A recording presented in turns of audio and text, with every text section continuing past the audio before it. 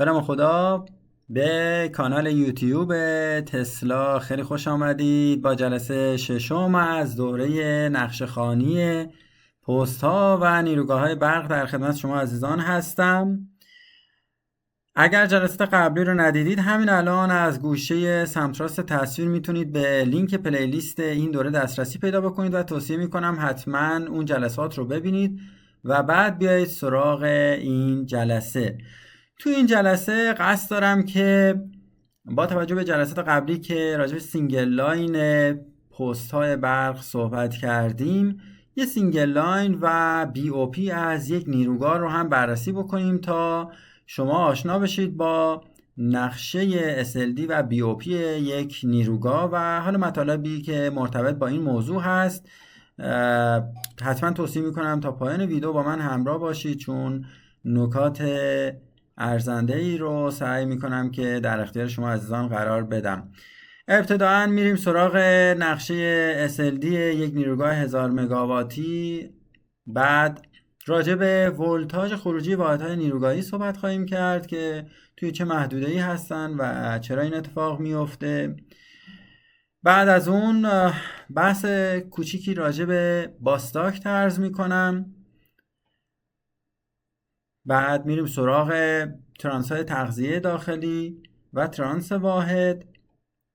نهایتا هم نقشه بی او پی همین نیروگاه رو با هم دیگه بررسی خواهیم کرد. میریم و در آغاز کار نقشه SLD این نیروگاه رو با هم بررسی میکنیم. این نقشه SLD یک نیروگاه 1000 مگاواتی هست، از 6 تا واحد گازی تشکیل شده. کافی هست که یکی از این واحدهای گازی رو من توضیح بدم تا با کلیت واحد و ترانس ها آشنا بشید. بقیه واحدها هم کپی پیست همین واحد هستن و کاملا شبیه هم هستن. واحد نیروگاهی رو داریم که با حرف G مشخص شده، سه‌فاز هست. توان این واحد تولیدی 200 MVA هست که کوسینوس فیش هم 8 دهم هست. اگر ضرب کنید این مگاولت آمپر رو در 8 دهم، 160 مگاوات توان تولیدی این ژنراتور گازی هست. یه سیستم تحریک داره که در ادامه توضیح میدم به چه صورت این تغذیه میشه. به صورت خیلی خلاصه، این واحد از طریق، اگر به این قسمت دقت بفرمایید، از طریق باستاکت رفته و به کلید GCB وصل شده. قبل از اینکه به باستاکت رو بگم و راجع به GCB صحبت بکنم، اینجا دقت بفرمایید که توان تولیدی این ژنراتور 15.75 کیلوولت به علاوه و منهای 5% هست. یعنی یک تلرانس 5% بالا و پایین این مقدار در نظر بگیرید. ولتاژ تولیدی این واحد نیروگاهی 15.75 هست. همینجا برای شما شاید سوال پیش بیاد که ما چرا اولا محدوده ولتاژ تولیدی واحدها چقدر هست، واحدهای نیروگاهی که داریم، حالا چه برقابی باشه چه نیروگاه گازی، دیزلی، بخاری، سیکل ترکیبی، فرق نداره. معمولا این ولتاژ تولیدی کم هست و محدودیت های ساخت، محدودیت های عایقی، تمام این موارد باعث میشه که ولتاژ تولیدی واحدهای نیروگاهی پایین باشه. چقدر پایین باشه؟ معمولاً بین 3 کیلوولت تا 30 کیلوولت هست، ولی عمدتاً توی همین محدوده های 10 تا 20 کیلوولت شما واحدهای تولیدی رو میبینید که ولتاژ خروجیشون توی این رنج قرار داره. ولی به صورت کلی عرض کردم که بسته به توان واحد تولیدی این رنج ولتاژ میتونه متفاوت باشه بین 3 تا 30 کیلوولت.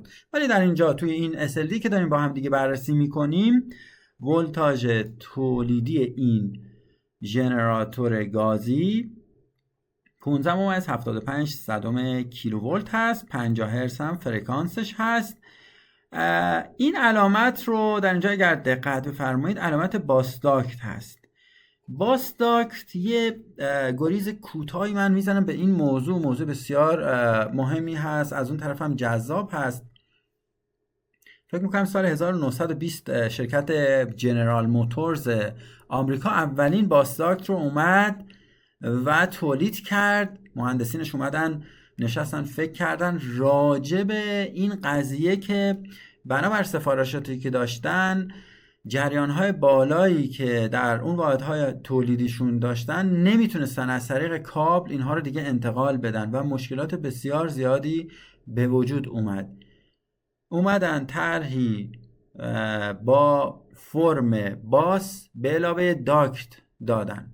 دقیقاً یه باسی هست که در درون یه داکتی هست و عین همون کابل هست که شما یک هسته مرکزی یا یک هادی داریم در کابل، ولی تفاوت اینجا شروع میشه. یه مسئله توی کابل ما داشتیم در جریان‌های بالا، این بود که جریان وقتی که به میزان خیلی زیادی بخواد از درون یک کابل قدرت رد بشه، تمایل داره به سمت لایه‌های بیرونیش هدایت بشه. اصطلاحاً بهش میگفتیم اسکین افکت یا اثر پوستی. مشکلی که مهندسین جنرال موتورز باهاش برخوردن دقیقاً همین موضوع بود. برای رفع مشکلات ناشی از اثرات اسکین افکت، مشکلات ناشی از حرارت ایجاد شده منتقل شده به سطح عایق و مسائلی از این دست، اومدن راهکاری برای رفع اون اسکین افکت ایجاد کردن. اسکین افکت توی هادی‌های با سطح مقطع، هادی‌های مغزدار با سطح مقطع دایره‌ای به وجود میاد. باستاکت طرحی که براش داده شد یک طرح یا سطح مقطع مربعی داشت یا سطح مقطع مستطیلی. شما اگر سطح مقطع رو به شکل مستطیل یا حالا دقیق‌ترش بهتره بگم سطح مقطع مستطیلی اگر بیاید یه شمش بیاید و تولید بکنید، مسئله اسکین افکت برطرف میشه. اولا حرارت اونقدر دیگه تولید نمیشه، جریان از سطح داخلی و مغز اون باس یا اصطلاحاً باستاکت رد میشه و ما اون مشکلات مترتب از اثر اسکین افکت رو با این قضیه برطرف میکنیم. حالا دیگه ما میتونیم به جای کابل که محدودیت انتقال جریان داشتیم توش به خاطر مسائل حرارتی و مغناطیسی و میدانهای مغناطیسی که ایجاد میشد و تلفاتی که از این دست به وجود می اومد، ما با باستاکت میتونیم جریانهای خیلی بالایی رو انتقال بدیم. همینجا موضوع رو نگه دارید، ببینید جریان این واحد تولیدی چقدر هست. آیا شما کابل میتونید برای این پیدا بکنید که بتونه جریانهایی در حد 10,000 آمپر از خودش عبور بده؟ به سختی شما میتونید همچین کابلی رو تولید کنید. سطح مقطع بسیار عریض، به تلفات حرارتی بسیار زیاد خواهد شد، ولی باستاکت این مشکل رو رفع کرده. نصبش بسیار راحت هست، طول عمر بسیار بسیار بالاتری به نسبت کابل ها داره، حرارت ایجاد نمیشه. الان میریم جلوتر بهتون نشون میدم که میزان در واقع اون جریان‌های القایی توی پوسته یا اون داکت اگر درست نصب بشه میتونه به 0 برسه. همین جنراتور رو شما اگر 200 MVA رو بیایید و بر اساس حالا اون رابطه توان رادیکال 3 VI مساوی توان ظاهری 3 فاز اگر در نظر بگیرید، جریان این واحد تولیدی حدود 7000 و حالا 7300 خورده ای آمپر میشه. یعنی بیشتر از 7 کیلو آمپر جریان نامی این واحد هست. شما دیگه نمیتونید ترانس اینجا به کار ببرید، نمیتونید برای انتقالش بیایید و قبل از اینکه جریان رو کاهش بدید بیاید از طریق ترانس مثلا این کار رو انجام بدید. نمیتونید کابل استفاده بکنید. میایم از باستاکت استفاده میکنیم. عرض کنم خدمت شما عزیزان، بعد از اینکه واحد از طریق باستاکت میاد روی یک تجهیزی با نام GCB یا کلید واحد، کلید سمت واحد رو بهش میگیم کلید GCB، که حالا این تجهیزاتی که اینجا میبینید VT هایی هستند که برای حفاظت و اندازه‌گیری اومدیم و در داخل، یعنی سازنده اون کلید اومده و در داخل کلید نصب کرده و خود کلید هم میبینید که 12 کیلو آمپر جریان نامی این کلید هست، این سایزینگی که براش شده و جریانی که ما از خود واحد به دست آوردیم جریان نامیش حدود 7300 خورده ای هست. بعد از GCB فقط دقت بفرمایید که GCB این سمتش باز یه برقگیر داره و ارتینگ این سمتش هم به همین ترتیب. در زمانی که بخوایم کلید رو، اگر از جلسات قبلی خاطرتون باشه عرض کردم دو سمت کلید ما ارت سویچ هم میذاریم، منتها اینجا دیگه داخل خود این تجهیز که توی خدچین قرار داده شده و با نام GCB میشناسیمش، تمام این تجهیزات نصب شده و یک پکیج کامل هست. وقتی که از GCB داریم خروجی میگیریم، دو تا مسیر به ما میده توی طرح نیروگاهی. یک این که ما ولتاژ تولید واحدمون کم بود، نیاز داریم که این ولتاژ تولیدی 15.75 رو افزایش بدیم. جریان بسیار بالاست، ما میایم ولتاژ رو با یک ترانس افزاینده ولتاژ رو بالا میبریم. اصلا این ترانسفورماتور افزاینده‌ای که اینجا ما قرار میدیم با نام جنراتور استپ آپ یا GSU میشناسیم که من توی ادامه دیگه با GSU این رو عرض میکنم. یه یونیت ترانسفورمر هم بهش میگیم، گاهی اوقات این رو، البته این اسامی رو جابجا به کار میبرن، ترانس واحد رو گاهی اوقات به جای این ترانس به کار میبرن. شما فقط این ترانس بالابر رو و افزاینده رو با نام GSU از این به بعد از من خواهید شنید. این ترانس از اون سمت فشار قویش 132 کیلوولت هست که البته خب میدونید توضیح هم دادم قبلا 132 کیلوولت ولتاژ نامی هست. هر تجهیز قدرتی از جمله کلید، از جمله باسبار، از جمله خود کابل ها یک ولتاژ نامی دارن و یک ولتاژ عایقی قابل تحمل در حالت دائمی اصطلاحاً، که ما در اینجا همون 145 کیلوولت رو اصطلاحاً همون 132 کیلوولت هست ولتاژ نامیمون، ولی ولتاژ تحمل عایقش 145 کیلوولت هست به علاوه و منهای 10% اصطلاحاً که تپای ترانس رو به ما میده. پس یک ترانس در کنارش هم نوشته ترانس OLTC یا آنلاین تپ چنجر، یعنی تپ چنجر این ترانسفورمر در سمت فشار قویش قرار داره و غالبا هم در سمت فشار قوی نصب میشن. البته همین ترانس قدرت نمونه هایی هم ازش هست که تپ چنجرش رو در سمت فشار ضعیف قرار دادن. حالا بستگی به اون طراحی داره، ولی به دلیل اینکه طول عمر اون تپ چنجر بره بالاتر معمولا سمت فشار قوی میذارن، چون عمر هم خود تپ چنجره بالا میره و آرکایی که در درون روغن خود اون تپ چنجر زده میشه خیلی ضعیفتر هست به نسبت زمانی که ما اون رو در سمت فشار ضعیف نصب کنیم، به دلیل اینکه جریان عکس ولتاژ هست توی ترانسفورمرها. هر جا که اگه سمت فشار قوی باشه خب جریان کمتری داره. به هر ترتیب توانش هم همون 200 MVA هست.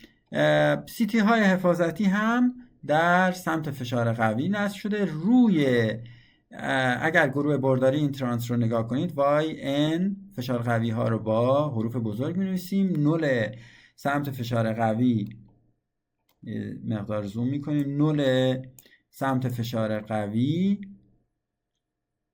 می بینید که ارت شده، در اینجا ارت شده و سیتی های حفاظتی برای حفاظت های ارت فالت و REF و سایر حفاظت هایی که حالا توی بحث اسکیم های حفاظتی در نظر گرفته شده برای این ترانسفورماتور اومده و نصب شده. بعد از این واحد وقتی که میاد روی ترانس GSU میره و روی یک سویچگیر به باسبارهای سویچگیر وصل میشه که من توضیحات آرایش باسبارها رو چند نمونهش رو توی بحث سینگل لاین های مربوط به پست های برق عرض کرده بودم خدمت شما.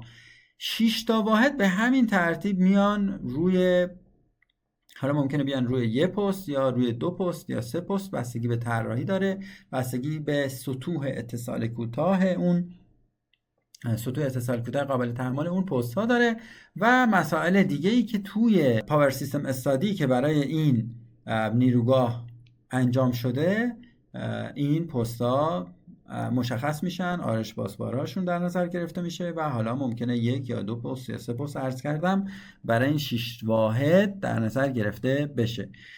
خب از طریق باسداکت هم پس واحد رو آوردیم وصل کردیم به ترانس GSU و خروجی واحد یه انشعاب دیگه هم ازش گرفته میشه و میاد در طی این مسیر از طریق باسداکت سیتی های حفاظتی نصب شدن و اندازه گیری میاد روی یک ترانسی با نام یونیت اکسلری ترانسفورمر یا UAT یا استیشنری ترانسفورمر که من با نام ترانس تغذیه داخلی اصطلاح صحیح ترش هست این رو دیگه نامگذاری میکنم و در ادامه با این نام خدمت شما توضیح میدم. پس ما واحد رو داشتیم که از طریق باسداکت رفت روی کلید. حالا یه سوال راجع به همین میپرسم در ادامه. بعد از اون ترانس GSU و بعد هم رفت روی پست و این پست میتونه مثلا یک آرایش باسبار فرزند دوبل داشته باشه، یک آرایش باسبار دوبل با مسیر بایپس، یک آرایش باسبار عرض کنم مثلا مین و ترانسفر داشته باشه، بستگی داره به اهمیت اون پست. و بعد از اون هم حالا فیدرهای اوتگوینگ خود پست میرن به سمت حالا لودها یا وصل بشه به شبکه و به این ترتیب این آرایش تکمیل میشه. یعنی از واحد شما این رو بردید روی یک پست و کلیدزنی رو اونجا انجام میدید و لودها رو میتونید از این طریق برقدار بکنید.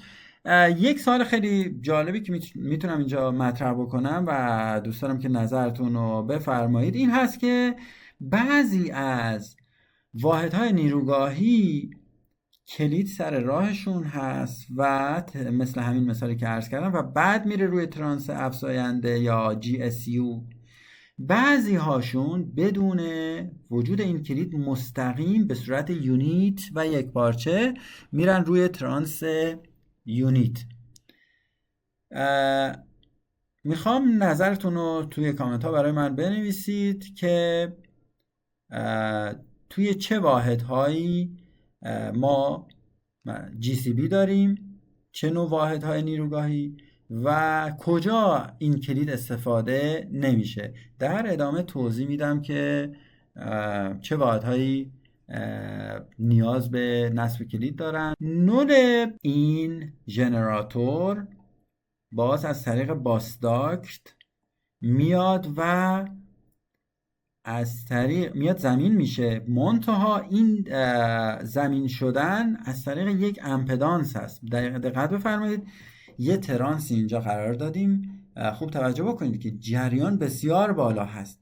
اگر قرار باشه که ما سر راه این یک امپدانسی قرار بدهیم سر راه نول این ژنراتور که بتونه جریان‌های ارت فالتس رو محدود بکنه به یک مقدار معینی، ما نیاز داریم به یک امپدانس خیلی خیلی بزرگ با توان بسیار بالا. ولی برای این قضیه میایم چیکار میکنیم؟ یه ترانس میذاریم سر راه نول. میدونید که ترانس در حقیقت یک تطبیق کننده امپدانس میتونه باشه، یعنی یک امپدانسی که ما مد نظرمون هست میایم به میزان خیلی خیلی کم و کوچیک از طریق یک ترانس سر راه این نول قرار میدیم. حالا این امپدانسی که مثلا اینجا 4.14 اوم هست جریان رو به 120 آمپر محدود میکنه. شما وقتی این رو به سمت مقابل ببرید چه اتفاقی میفته؟ اتفاقی که رخ میده اینه که این امپدانس به نسبت تبدیل اولیه به ثانویه که اینجا نوشته شده، یعنی 15.7 به نیم به توان 2 این مقاومت بزرگ میشه. دقت کنید 15.75 رو تقسیم بر 2 کنید، به عبارتی حدوداً این رو دارید ضرب در 2 میکنید. 1.5 اینجا 31.5 به توان 2. اگر حالا فرض کنیم 30 باشه 30 میشه به توان 2 900 برابر میشه این مقاومت. یعنی با نصب این ترانس شما خیلی راحت یک مقاومت 4.14 اومی رو گذاشتید و نسبت تبدیل این ترانس رو هم اینجا ملاحظه می‌فرمایید که 15.75 تقسیم بر رادیکال 3 به نیم هست. عذرخواهی میکنم من این رادیکال 3 اینجا رو در نظر نگرفته بودم که این رو حالا با ماشین حساب میتونید حساب بکنید. چون دقت بفرمایید اون 15.75 ولتاژ فاز به فاز بود که اینجا به خاطر همین تقسیم بر رادیکال 3 کرده. از یک ترانس تک فاز ما اینجا استفاده کردیم و این ضربی که عرض کردم باید تقسیم بر رادیکال 3 هم بشه، یعنی اون 900 رو باید تقسیم بر رادیکال 3 قبل از این که البته به توان برسونید باید یا حالا به توان 2 که میرسونید کافیه تقسیم بر 3 بکنید، یعنی 900 تقسیم بر 3 میشه 300 برابر. من این رادیکال 3 رو لحاظ نکرده بودم. خب عرض کنم که حالا هر نیروگاهی یه سری تجهیزات داره. شما در نظر بگیرید UPS ها، عرض کنم روشنایی ها، سیستم های تغذیه کننده تحریک ژنراتور و هر تجهیزی که توی اون نیروگاه داره استفاده میشه نیاز به یک تغذیه کننده و نیاز به یک برقی داره. سیستم های فایر فایتینگ، پمپ های فایر فایتینگ، تمام اینها نیاز به یک تغذیه داره که از طریق این ترانس تغذیه داخلی میان و همه اینا تغذیه میشن که توی BOP بهتر اینها توضیح داده خواهد شد. ولی در اینجا اگر دقت بفرمایید ما خروجی واحد رو از طریق باستاکت آوردیم روی ترانس تغذیه داخلی. ترانس تغذیه داخلی 6.5 MVA اینجا برای این واحد در نظر گرفته شده و سایز شده و 15.75 و در این سمت ستاره هم ولتاژ 6.9 کیلوولت رو به ما میده با گروه برداری DYN1. خب که حالا باز اینم یک نول رو از طریق یک امپدانس اومده و ارت کرده. میبینید که اینجا چون جریان کم هست خیلی راحت تر این کار انجام شده. نیاز به این سیستم نصب ترانس نیست که بتونیم با یک امپدانس کوچکتری اون های امپدانس مورد نظرمون رو ایجاد بکنیم. خروجی این ترانس تغذیه داخلی میاد یک شینه 6.6 کیلوولت رو تغذیه میکنه از طریق این کلید موتوری. یک خروجی ازش گرفته شده از طریق این کلید 630 آمپر رفته باس BCC. در اینجا باز از طریق این کلید 630 آمپر میایم و ولتاژش رو به میزان ولتاژ مورد نیاز سیستم تحریک کم میکنیم تبدیلش کرده به یعنی یک ترانس 6.6 به 486 ولت سر راه این فیدر قرار داده و رفته سیستم تحریک، سیستم SEE رو تغذیه کرده که نهایتا میبینید در اینجا این سیستم تحریک ژنراتور هست که داره از خودش، در واقع داره از کوچکترش کنم، داره از خروجی خودش تغذیه میشه. دقت بکنید خروجی واحد در این نقطه اومد روی ترانس تغذیه داخلی، رفت روی این شینه 6 کیلوولت، دوباره تبدیلش کردیم به 480 ولت و از طریق سیستم SEE میایم و تحریک ژنراتور رو تغذیه میکنیم به این طریق. اما این در زمانی است که شما ژنراتور رو برقدار کرده باشید و توی سرویس باشه و کلید GCB بسته باشه. اگر کلید GCB بسته نباشد و به عبارتی در حالت بلک استارت باشه واحد، نیاز به تجهیزات دیگه داریم که اونها توی نقشه BOP اومده. این کلیت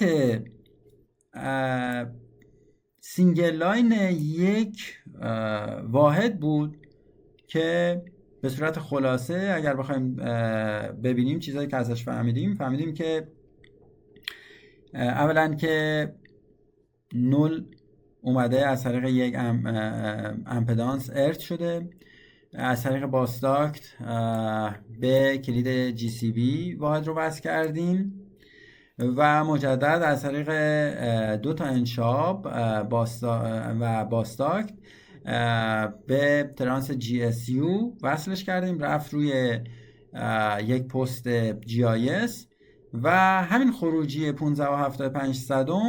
روی ترانس تغذیه داخلی اومد و تغذیه داخلی هم یکی از فیدرهاش مجددا با کاهش ولتاژ به سطح LV رفت و تحریک ژنراتور رو تغذیه کرد. CT های حفاظتی و VT ها رو مشاهده میکنید، چه روی نول چه روی فازهای مختلف ژنراتور و GCB و همینطور روی ترانس GSU و ترانس تغذیه داخلی. بقیه واحدها هم کپی پیست همین هستن و تفاوتی ندارن.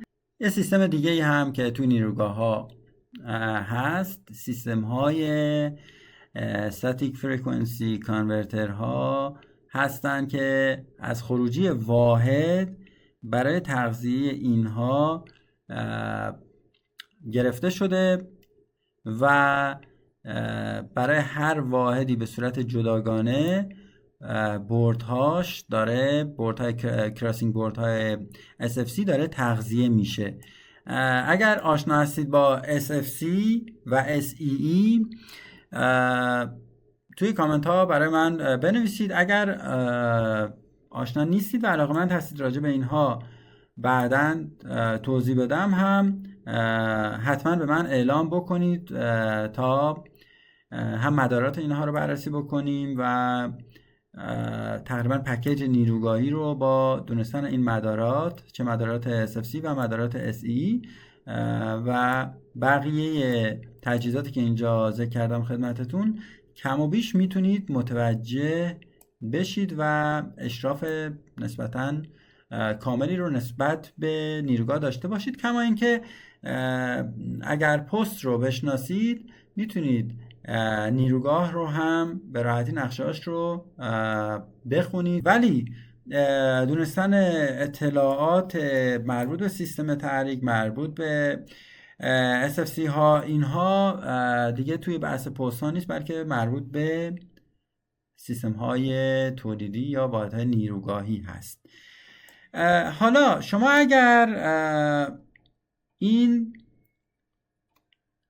واحد رو، ترانس GSU رو و کلید اگر داشته باشید و ترانس تغذیه داخلی رو، اینها رو اگر حذف بکنید بقیه مواردی که توی نیروگاه هست از لحاظ الکتریکال در دل یک نقشه‌ای با نام Balance of Plant قرار میگیره یا BOP. مثل چی؟ مثل دیزل جنراتورها. جلوتر عرض کردم که اگر بخوایم واحد رو بالا بیاریم و کلید قطع باشه، سینک هنوز نیست با شبکه، شما نیاز به یک تغذیه دارید. خب این باس 6 کیلویی که داره از این طریق الان داره تغذیه میشه و این کلید بسته هست، این باس بی برق هست. شما باید از یک مسیر دیگه ای از طریق BCC بیایید و این باس رو برقدار کنید و بتوانید سیستم تحریک رو برقدار کنید و حالا طبق اون دستورالعمل سازنده بیایید و واحد رو بالا بیارید استپ بای استپ، که دقیقا اینها توی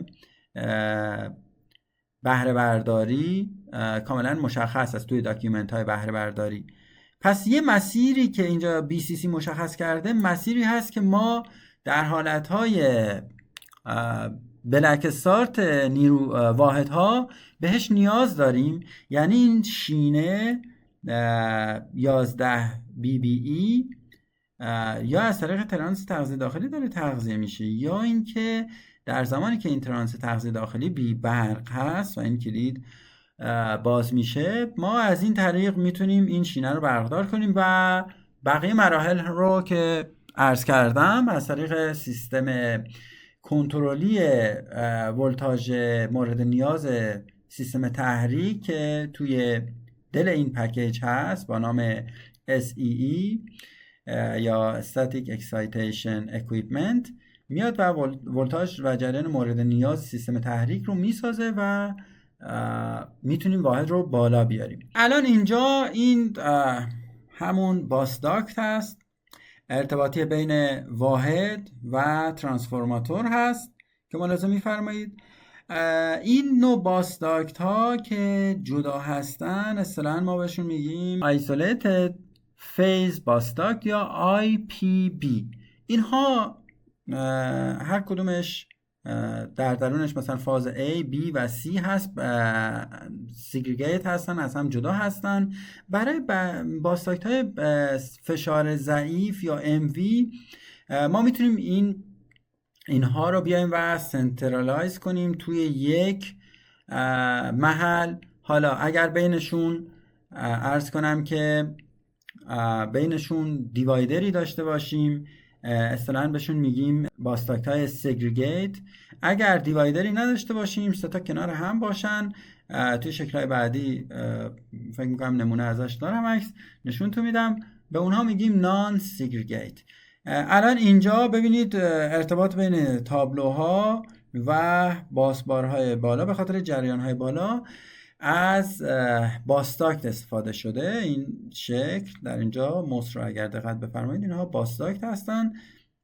این شکل سطح مقطعهای مستطیلی خود باستاک رو ملاحظه میفرمایید که این داخل باز هست و لایه بیرونی هم داکتش هست که از هم اینها جدا هستن و در واقع این از نوع Isolated Phase Bus Duct یا IPB هست.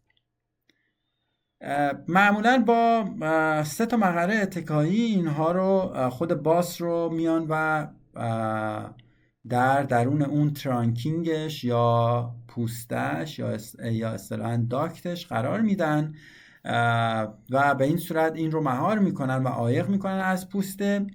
حالا جلوتر توضیح میدم.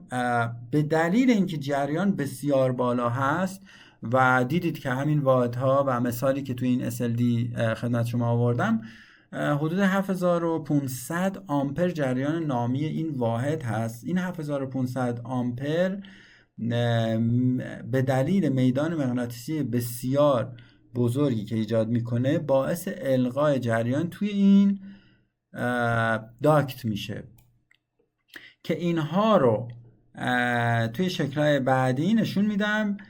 میان در ابتدا و انتها به هم وصل میکنن، هر 2 تا فاز کناری رو به هم وصل میکنن ابتدا و انتها. و بعد نکته بسیار مهم اینه که باید در یک نقطه بره و ارت بشه. شاید براتون جالب باشه، ABB سویچگیر میگه حدود 95% از این جریان میتونه القا بشه توی داکت و بنابر حالا قوانینی که از فیزیک و الکترومغناطیس خاطرتون هست، جهت جریانی که در درون این باس داره حرکت میکنه به شکل معکوسش با عامل به وجود آورندهش میاد و مخالفت میکنه، در جهت عکسش یک جریان ایجاد میشه. برای استفاض این اتفاق میفته که اینها با اتصال عرض کردم ابتدا و انتهای هر دو تا باس داکتی که کنار هم هست و نهایتا هم ارتینگ در یک نقطه میشه این جریان رو و اون تلفات حاصله رو تقریبا به صفر رسون. الان این یک نمونه خیلی جالب هست، یک نمونه باستاکتی هست که از ترانس به واحد اومده وصل شده. اگر اینجا ببینید، نمیدونم زوم بشه، ببینید این اتصال ارتی که اینجا انجام شده سوخته، اینقدر جریان القایی بالا هست که اگر درست این ارت نشه بسیار میتونه مخاطره آمیز باشه و خطرات خیلی زیادی رو به دنبال داشته باشه. در اینجا فکر میکنم اطلاعات بهتری رو بتونم به شما منتقل بکنم. بریم صفحات بعدی. حالا اینو توضیح میدم، همین چیزی که جلوتر عرض کردم اینجا هست.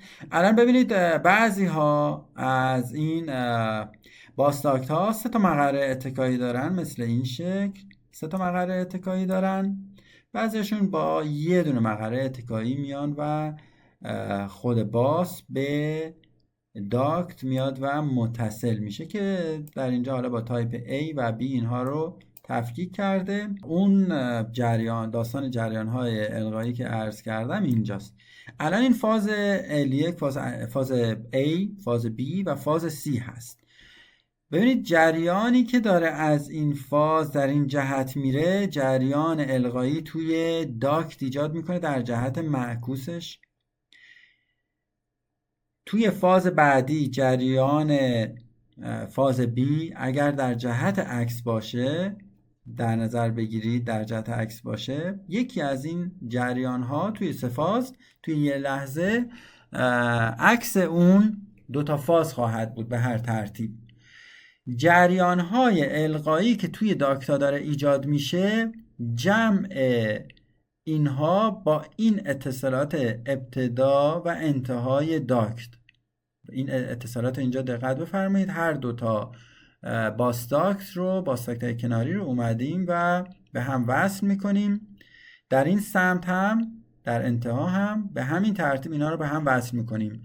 کل این جریان های گردشی که میزان جریان القایی عرض کردم بسیار زیاد هست، ولی در حالت متعادل با این ساختاری که پیاده سازی میشه، جمع این جریان ها برابر با 0 خواهد شد و شما تنها کاری که باید بکنید اینه که در یک نقطه، مثلا در این نقطه بیایید و در این نقطه شما باید بیایید و این باستاکت رو در فقط یه نقطه بیایید و ارتش بکنید. و اینجا هم اشاره کرده، بعد نیست دقت بکنید،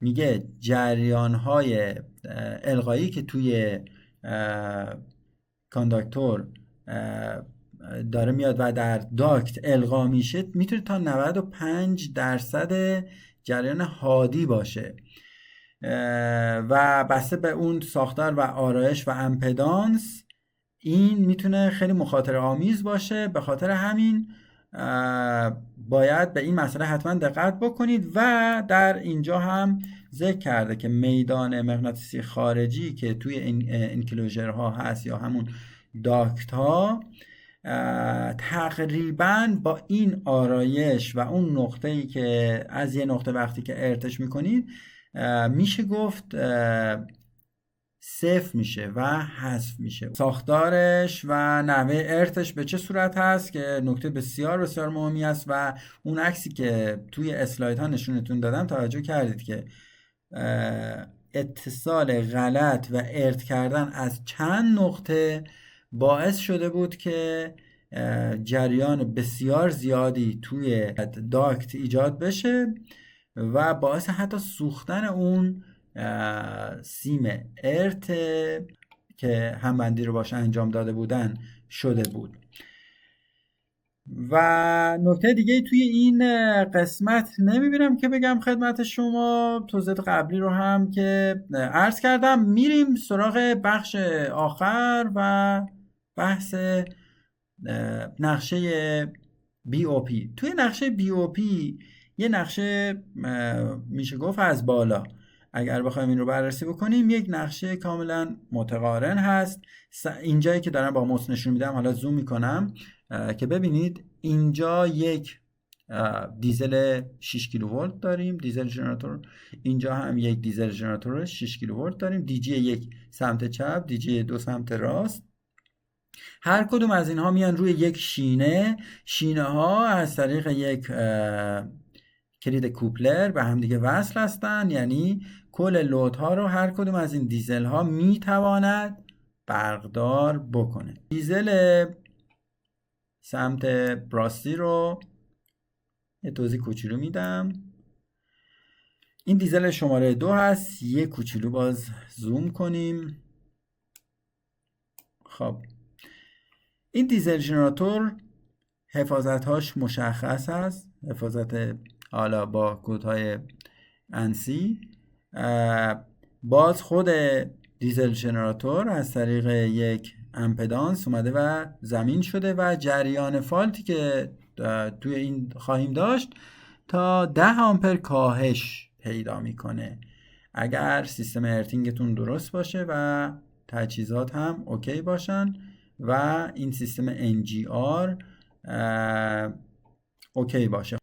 این دیزل ژنراتور یه سویچ بورد داره در اینجا. خروجی که از این سویچ بورد دیزل ژنراتور ما داریم میاد و یک دیزل رو هم فقط مشخصاتش رو دقت بفرمایید. یه دیزل 6.6 MVA هست با ولتاژ 6.6 کیلوولت. کاربرد این دیزل ها هم جلوتر عرض کردم، فراموش نکنید کاربردشون در زمان در واقع دیزل های بلک استارت عنوان میشن. زمانی که واحد رو میخوایم بیاریم بالا و کلن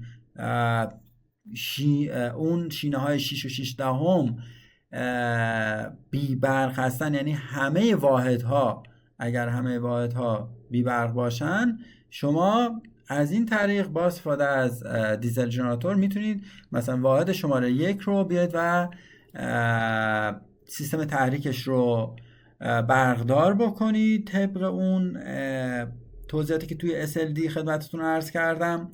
حالا چجوری این اتفاق میفته؟ خروجی دیزل ژنراتور میاد روی سویچ بورد، در اینجا ملاحظه میفرمایید. از روی این سویچ بورد میاد روی یک کلید 630 آمپر نورمالی کلوز. یک کلید هم داخل همینجا یه 630 آمپر Q0 اینجا میبینید داخل خود سویچ بورد هست. پس کلید زنی این توی دیزل روم هست. شما از طریق دیزل روم و اپراتوری که توی دیزل روم نشسته این کلید رو اگر وصل بکنه، این کلید پایین نورمالی کلوز هست و به صورت نرمال بسته هست، مگر در زمانی که شما بخواید مینتیننس انجام بدید یا تست انجام بدید که میایید این رو باز میکنید و حالا اون ورمون کلید قطعه و ارتینگ رو انجام میدید و حالا روی این شینه بخواید تستی یا مینتیننسی انجام بدید. با یک کلید نورمالی کلوز از داخل دیزل روم میتونیم بعد از اینکه از اتاق فرمان در واقع دستور داده شد این کلیدزنی انجام میشه، این شینه برقدار میشه. این شینه وقتی که برقدار شد دقت بفرمایید 3 تا فیدر ترانسفورمری اینجا داره که هر کدومش میره یه شینه جدید LV برای ما میسازه، یه شینه در واقع برق استفاض 380 ولت برای ما میسازه که کل لودها رو از این طریق ما میتونیم برقدار بکنیم. حالا این 3 تا فیدر ترانسفورمری که میخوام توضیح بدم میاد 3 تا شینه جداگونه رو برای ما میسازه که در واقع شینه های نورمال و امرجنسی رو برای ما ایجاد میکنن که اگر اینجا دقت بفرمایید اینجا لودهای امرجنسی هستن، یعنی این فیدر ترانسفورمری میاد این رو تغذیه میکنه BMB. از سمت چپ هم اون دیزل شماره 1 میاد تغذیهش میکنه از طریق یک کوپلر و یک باس امرجنسی اینجا برای ما ایجاد شده. پس این ترانس از سمت راست بشماری ترانس سومی، این ترانس سومی یا فیدر BHT06 میاد 6 کیلوولت رو تبدیل میکنه به 380 ولت از طریق این ترانسفورماتور و میاد این شینه رو برقدار میکنه و لودهای امرجنسی که مد نظر هست روی این قرار میگیرن، از جمله UPS ها، باتری شارژر ها، SFC و فنهای تغذیه فنهای SFC و عرض کنم که پنل های روشنایی ساختمون CCB یا Central Control Building، ساختمانی با این عنوان هست داخل نیروگاه و سایر در حقیقت خروجی های امرجنسی که روی این قرار داده شده و از این طریق داره تغذیه میشه. یک اوتگوینگ دیگه این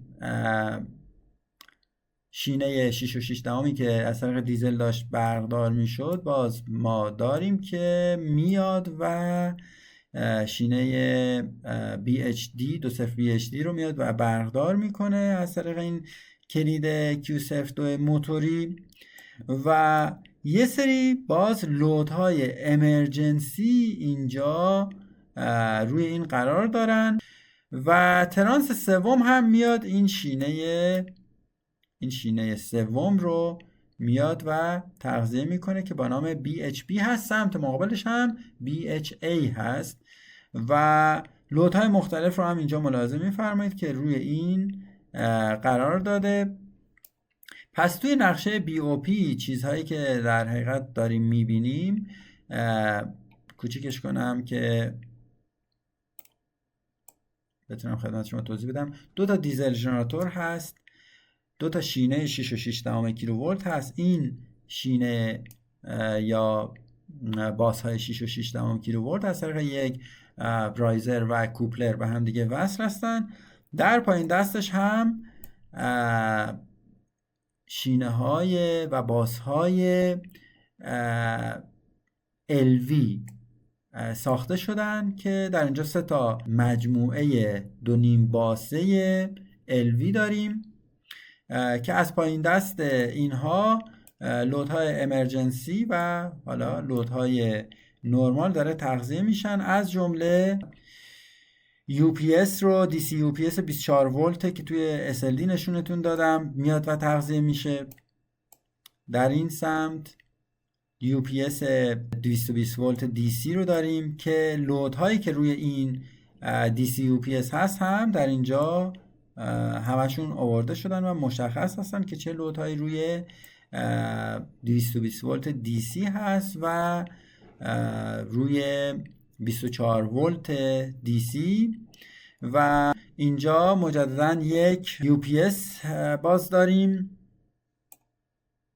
که از باس BMB داره تغذیه میشه. فقط نکته‌ای که توی UPS ها باید در نظر بگیرید، حتما باید از باس های امرجنسی تغذیه بشن و مطابق با استاندارد هم IEC و هم IEEE ما 2 تا UPS اینجا داریم، یکیش از باس 20 BMA و یکیش از باس 20 BMB داره تغذیه میشه. با UPS ها به صورت ریدوندانت هستن و بین اینها هم میبایست اگر اگر دیزاین UPS ها 100% و باتری هاشون 100% باشه، بین اینها هم یک اینترکانکشنی و کوپلینگی باید ایجاد بشه که در حقیقت ریلایبیلیتی این سیستم رو بالاتر ببره. ضمن این که خود حتی ارتباطی بین این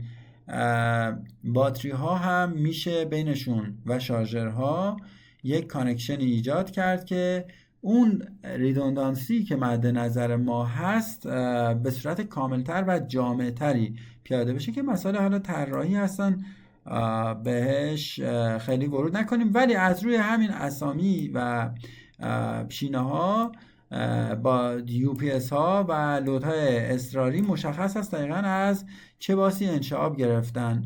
خب در پایان هم بعد نیست این نکته رو عرض بکنم، چون صحبت UPS شد، حالا مفصلا بعداً توی آموزش های بعدی کامل راجع به UPS ها صحبت خواهم کرد، ولی البته نه در بحث نقشه خوانی. ولی یه سوالی که مطرح هست این هست که در خیلی از موارد ما سطوح ولتاژ UPS مون با لودهایی که در واقع روی UPS هستن با لودهایی که نان UPS هستن، یعنی خارج از اون لودهای امرجنسی هستن، معمولا اینها رو سطح ولتاژ این UPS ها رو ما متفاوت در نظر میگیریم. مثلا به الان اینجا شما 220 ولت DC مشاهده کردید، رله های حفاظتی از این 220 ولت DC دارن تغذیه میشن. یک حادثه چند سال پیش اتفاق افتاده بود، بعد نیست عرض بکنم خدمتتون. نفراتی که برای تمیزکاری تابلوها رفته بودن و به صورت دوره‌ای حالا با بلوور اومده بودن تابلو رو تمیز کنن، برای اون تغذیه بلوورشون اومده بودن و یک برق حالا 220 ولت مولتی متر زده بودن و پیدا کرده بودن، به فاز وصل کرده بودن و اومده بودن منفیش رو به شینه UPS، یعنی به منفی UPS 220 ولت وصل کرده بودن. این باعث شده بود که یک مالفانکشنی اتفاق بیفته توی و فالتی بشه رله ها و خیلی از خطوط ارتباطی بین اون نیروگاه ها از مدار خارج شده بودن و کلا سیستم کنترلی فالتی شده بود. بهتر هست این سطح ولتاژ UPS رو متمایز کنید با در واقع ولتاژ های نرمال و ولتاژ های کنترلی و این تفاوت رو همیشه سعی کنید قائل بشید. ولی اینجا میبینید که توی نیروگاه 220 ولت DC استفاده شده، معمولا 110 ولت DC هست. در مواردی حتی ممکن هست که باتری 220 ولت باشه، 220 ولت DC باشه، ولی UPS و ترانس‌های خروجیش که نقش یک ترانس ایزوله رو دارن بیاد و 220 رو تبدیل بکنه به 110 ولت. یکی از دلایل اصلیش همین است که عرض کردم. شما اگر در جای مشغول هستید الان دارید این ویدیو رو میبینید، برای من توی کامنت ها بنویسید که سطح ولتاژ DC UPS هاتون و AC UPS هایی که دارید، حالا چه توی نیروگاه و چه توی پست، چه سطوح ولتاژی هست، آیا 220 ولت هم مثل این نیروگاه دارید و توی نیروگاه ها استفاده میشه. اگر دلیلش رو میدونید توی کامنت ها برای من بنویسید. اگر این توضیحات من به اطلاعات و دانش شما کمک کرده، حتما لایک کنید این ویدیو رو و حمایتتون رو بیشتر بکنید از کانال تسلا که انشالله آموزش های رایگان بیشتری رو بتونیم تهیه بکنیم با سرعت بالاتری و در اختیار شما عزیزان قرار بدیم. ممنونم که تا پایان ویدیو با من همراه بودید. شما رو به خداوند بزرگ میسپارم. خدا نگهدارتون.